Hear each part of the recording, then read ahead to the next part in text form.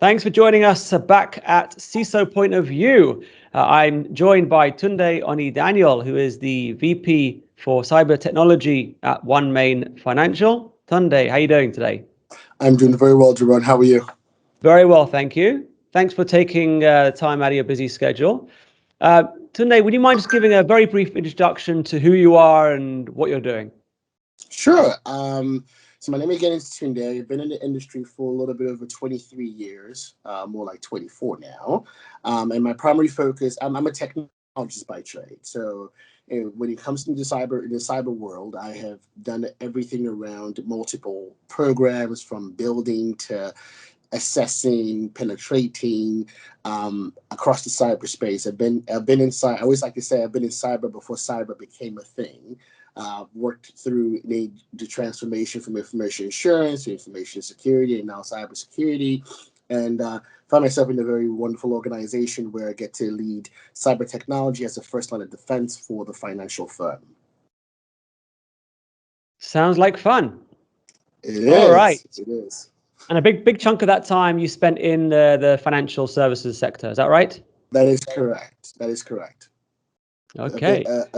a bit with Deutsche Bank and other financials, supporting the consulting work, contracting work before joining OneMain Financial. Okay. Fantastic. All right. So Tunde, I'm going to throw some questions at you.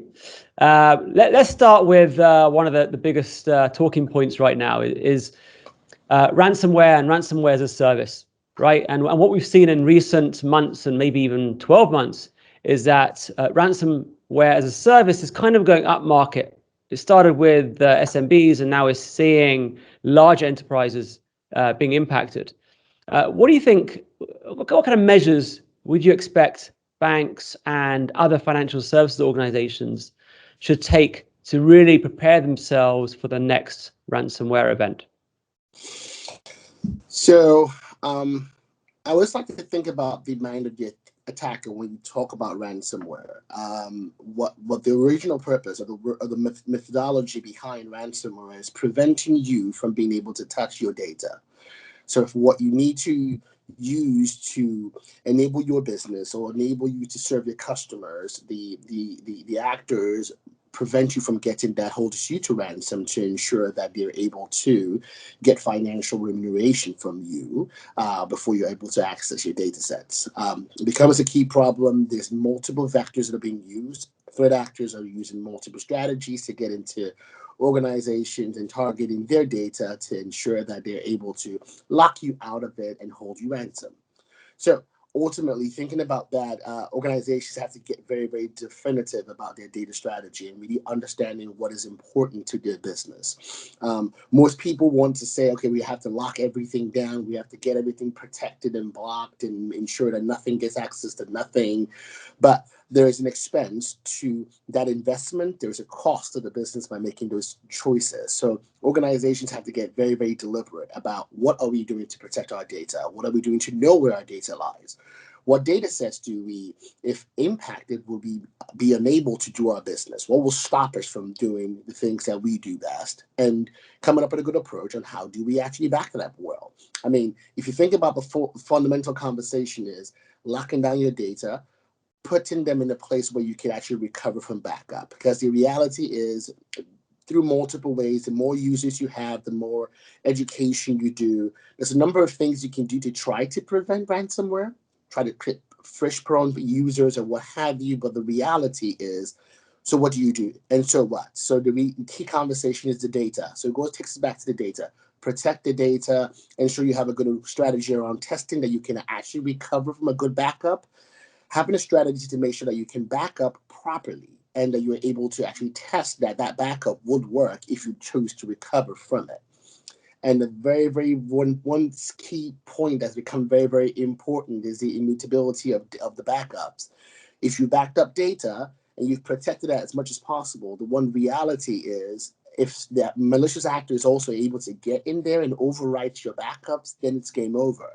So really, having the right capabilities to ensure that the data is properly protected, there's data immutability and data lock in place, and then having the right capabilities to detect that. If you think about this cybersecurity framework, is the whole, how do you detect it? How do you prevent it? How do you monitor for it? So having those capabilities that will help you throughout that life cycle to better detect the indicators of compromise of ransomware, preventing those things from being successful in the enterprise. And then, of course, if the worst case scenario does happen, then you're able to recover from that known backup and get your business back running. The key is getting back to operations. Yeah, that's a great point. How have organizations traditionally verified full data recoverability in the case of a breach?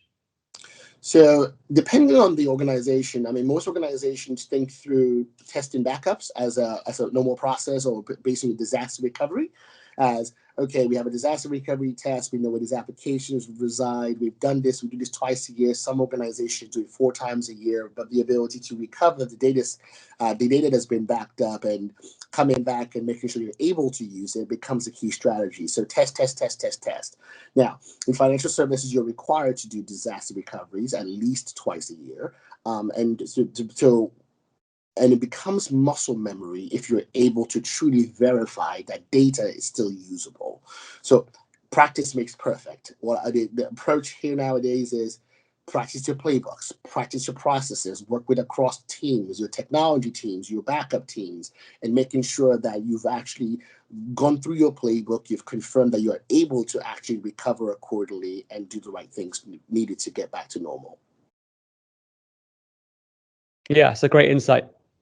On the topic of knowing where your critical data is, and some of the things that we've seen in recent months is some of those threat actors are realizing that if they want to do real damage to a bank or any industry, pharmaceutical company, etc., they would start with focusing on the core data in the storage systems. Storage systems are the backup systems. Is that something that you think is going to become even more focus point in 2021 and onwards? Absolutely. I mean, if you think about the journey set for organizations is knowing where the important data is.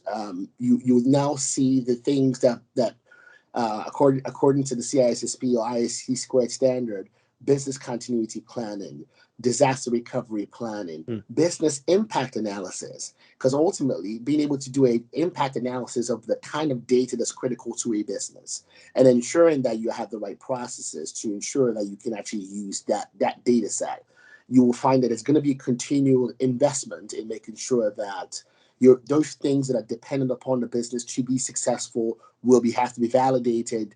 We'll have to make sure that there's an approach to make sure those data elements are properly protected, and all the things we talked about, the immutability, the ability to recover right, the ability to test that it's working right, and validate that from the snapshot of the previous backup to when your recovery point.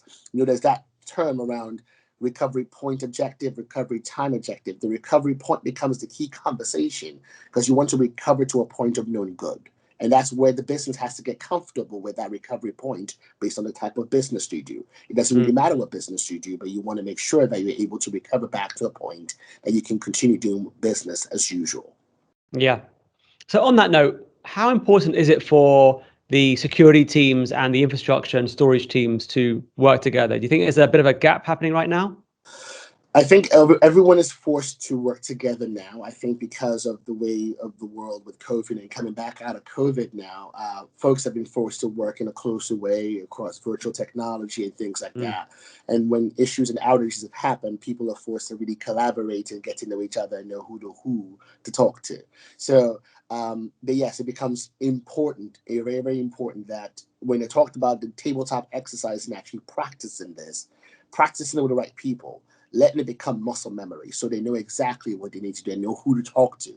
Then your different organizations are going through different levels of attrition. People are leaving, roles are changing, people are doing different things. So continuing to practice, especially as people, and when key people leave, practice again. When new people join, practice again. You can't over practice because by the time you practice to the point where it becomes so normal, it's easy to know the right person to talk to. Yeah. All right. So changing direction, I want to ask you a question about how do CISOs and senior InfoSec directors and VPs, how do they raise their profile to other execs and board members across the organization? What do they need to do to get a bigger seat at the table? So historically, and the industry has been very, very interesting because before the CISO office or the cyber leader office has always been one that could speak to the business, can speak to leaders, can translate the technical things, and really communicate risk in a way that senior leaders would understand to have that seat at the table. But also when it comes to the firefight, you also want to have the right person there that can actually understand where issues occur so they can speak to the challenges and being able to keep everyone calm during the storm. So you kind of find this new type of leader is someone that's able to communicate to the business, able to really translate things accordingly around what the technology impact is, how does it impact the organization, and be a true risk manager. Someone that can understand the true risk of what's happening to the organization and able to work through those challenges. Tunde, thank you so much for joining me. Thank you very much for the invitation. I really appreciate it, Ron.